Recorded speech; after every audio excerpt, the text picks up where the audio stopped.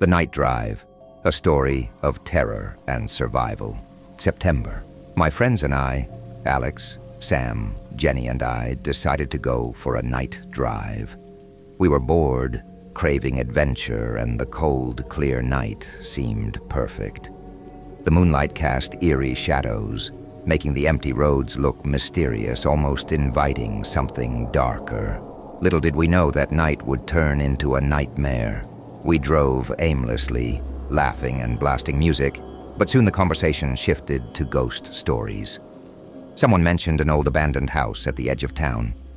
"We should go there," Sam suggested, grinning mischievously. The idea was thrilling and terrifying all at once. We all agreed, excitement mixing with dread, and Alex, who was driving, turned toward the house. As we neared, the roads became narrower, bumpier. Tall trees lined the path, their twisted branches clawing at the sky like gnarled fingers under the pale moonlight. Finally, we saw it, the old abandoned house. It stood at the end of a long gravel driveway, surrounded by overgrown bushes and tall grass. The house was massive, with broken windows and a sagging roof. It looked like it had been empty for decades, but something about it felt wrong. The headlights cast long shadows on the walls, making the house look even more sinister.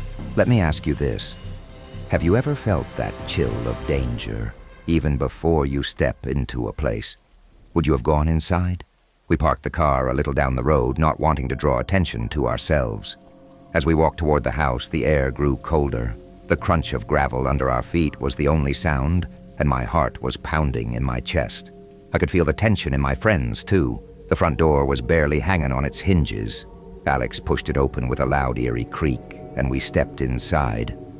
The air was thick, musty, and stale, and the moonlight filtered through the broken windows, casting long, ominous shadows on the dusty floor. The house was deathly silent, save for the occasional groan of the floorboards beneath our feet.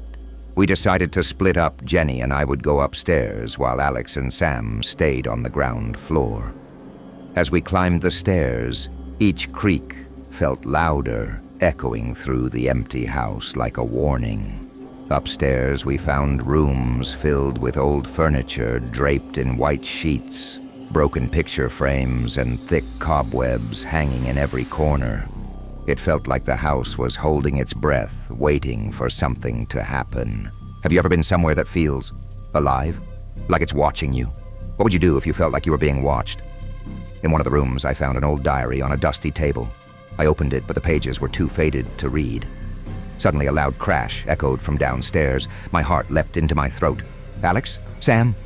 Jenny called, but there was no response.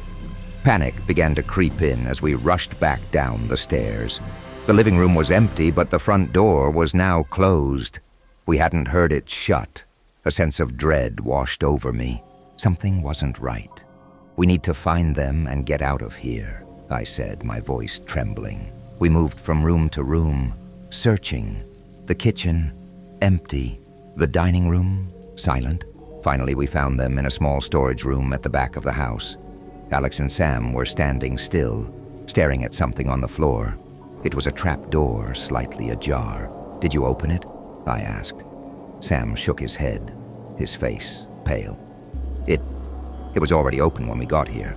A cold draft seeped up from the darkness below, sending shivers down my spine. The light from our flashlights seemed to get swallowed by the blackness beneath the trap door. Against my better judgment, we decided to go down.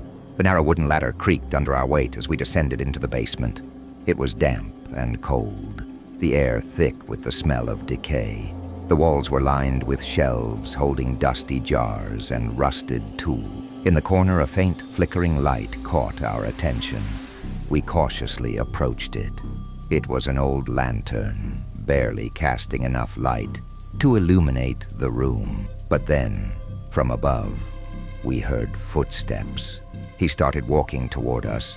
Panic set in. We bolted for the ladder, scrambling up as fast as we could. Alex went first, followed by Jenny, then me, and finally, Sam. But as we reached the top, the man grabbed Sam's ankle, pulling him back down.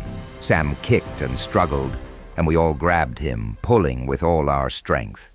With a final desperate kick, Sam broke free, and we slammed the trapdoor shut, locking it with a rusty bolt. We didn't stop to catch our breath. We ran bursting through the front door and racing to the car. Alex started the engine, and the tires screeched as we sped away, not daring to look back. As the house disappeared into the darkness behind us, none of us spoke. The thrill of the night drive had turned into a nightmare we'd never forget. Even now, when I drive past the edge of town, I feel a chill run down my spine. I speed up, refusing to look at the house, haunted by the memory of that twisted smile and the man who almost got us. If you enjoyed this story, don't forget to subscribe and hit the bell icon for more terrifying tales. We need your support to keep these nightmares alive. Share this video with your friends, if they dare to listen.